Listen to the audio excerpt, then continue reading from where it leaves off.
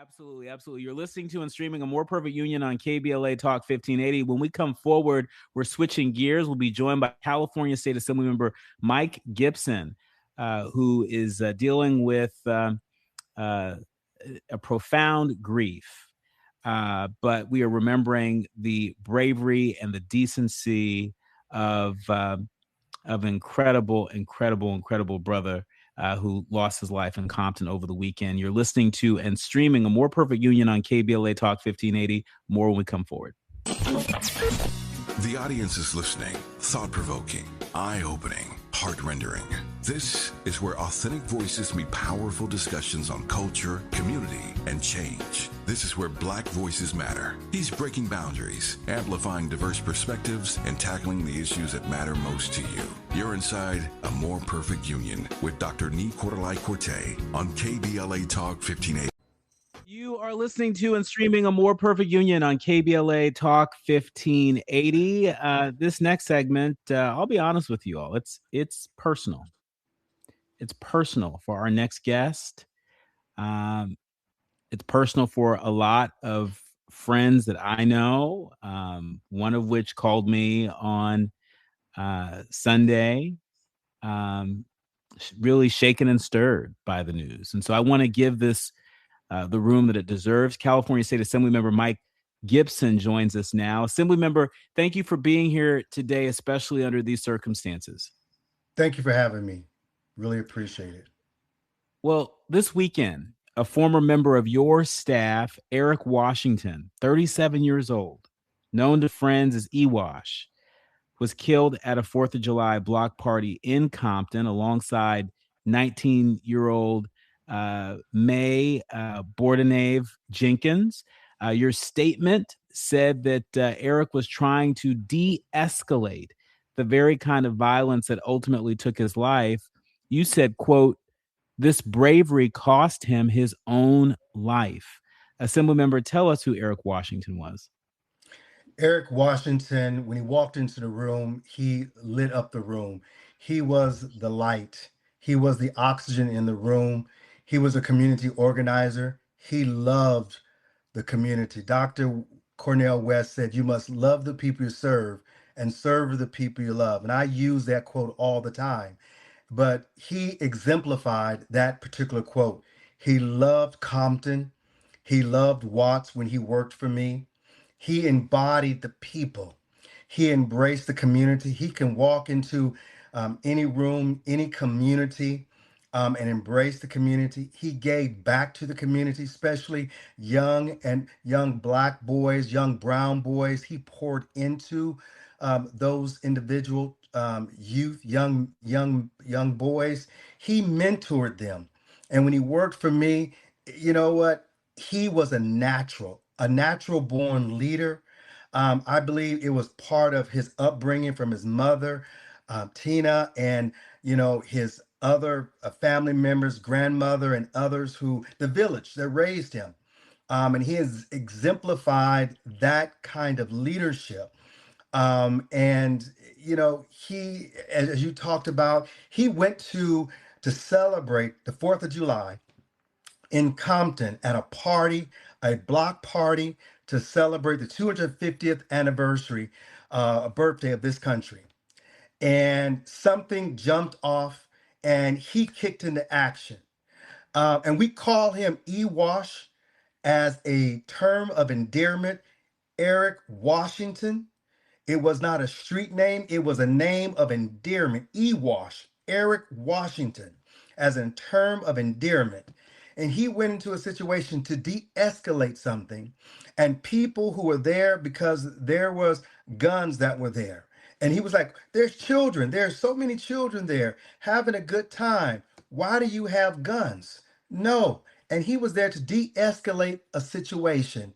And for me, who carried gun legislation, since I was elected in 2014 in the state legislature, and when he came on my staff, how he embraced the legislation that I carried, we shut down Manchester and Vermont on a Friday, which is a busy thoroughfare in Los Angeles, and we put over 2,000 shoes in the intersection of Manchester and Vermont that symbolize people who used to walk in those shoes, who no longer walk in those shoes, who lost their lives, to symbolize no more gun violence in our community, to have his life taken by gun violence in our community.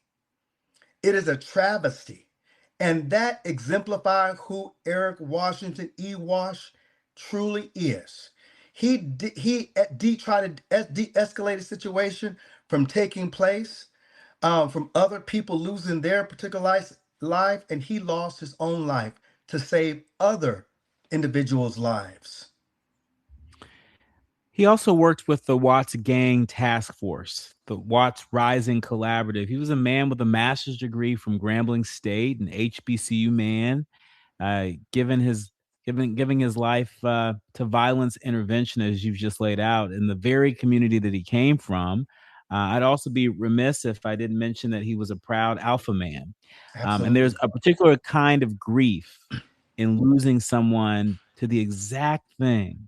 I mean, it almost brings tears to my eyes.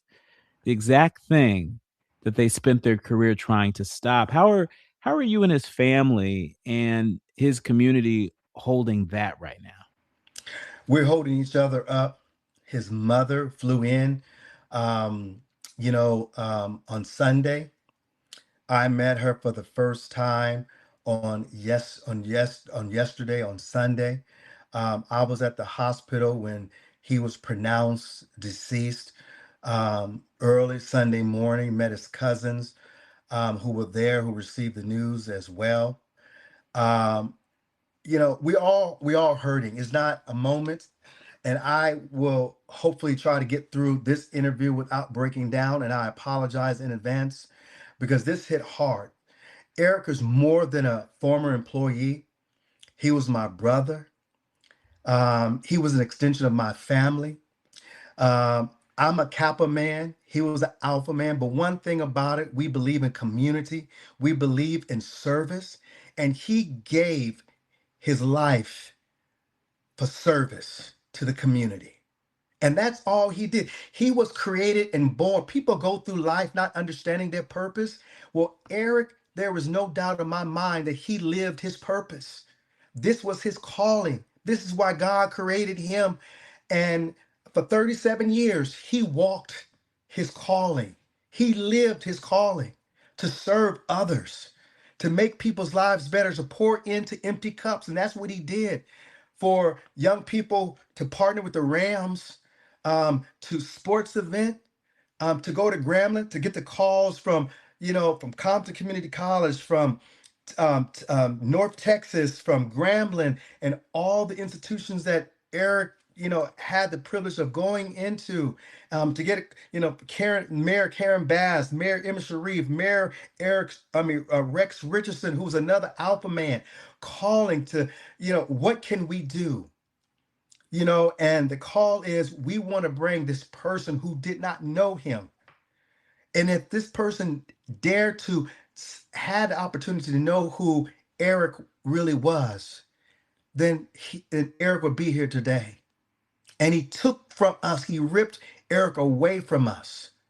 Eric served, he lived to serve people and serve this community. And that's what he was all about. And it hurts because he still had so much to do and so many people to touch and so many people to love on and for people to love on him. And now that's been taken away. And I'm Mm. selfish. And I will admit that. I'm selfish because Eric should be here. We should not be having this conversation. We should be talking about what's going on in the White House. Why racist people are going to the White House with masks on and trying to cover and shield their identity, in Washington, D.C. We should be talking about those kinds of things and not about this black brother whose life was cut too short by someone else who looked like you and I. That's what hurt the most. Assemblymember Gipson, no suspects have been identified yet, and this was one of two shootings that night in Compton alone. What do you need from law enforcement, from the state, from the community in these next few weeks? We So I belong to Justice for Murdered Children and Parents of Murdered Children. We believe in see something, say something. And so we know that people were there. We know that it was a crowded 4th of July because people came there to celebrate, to fellowship. We know that people know who did this. I'm asking them under the sound of my voice who will see this telecast to call law enforcement, call the Los Angeles County Sheriff Department, who's the lead investigation, to contact them and say, I know something. I saw who did this. And I saw a description, and give that description to the detectives, to the sheriff deputies, or call my office and leave your information to my office. And so that we can connect you to the Los Angeles County Sheriff's Department, to the Detective Bureau, so that we can pass that information on, so that before we lay Eric E. Wash to rest, after we celebrate his life, before we do that this person can be brought to justice, because obviously he cares nothing about life. And we want to make sure that this individual is taken off the streets before he does this again. And so we're calling on the community to stand up so that Eric's legacy about gun violence, so that Eric's legacy about nonviolence and about, community can rise, can be underscored through his life that he's led, and so that his living here will not be in vain. I'm asking you for your help, and also bring peace to this mother so that she can have a moment of rest, and this sister and everybody that's connected to Eric. When we come forward, Eric Washington, unfortunately, was not the only person in this country who lost their life to gun violence over the July 4th weekend. The gun violence epidemic persists. When we come forward, we'll get Assemblymember Gipson's reaction to that and more. You are listening to and streaming A More Perfect Union on KBLA Talk 1580. More when we come forward.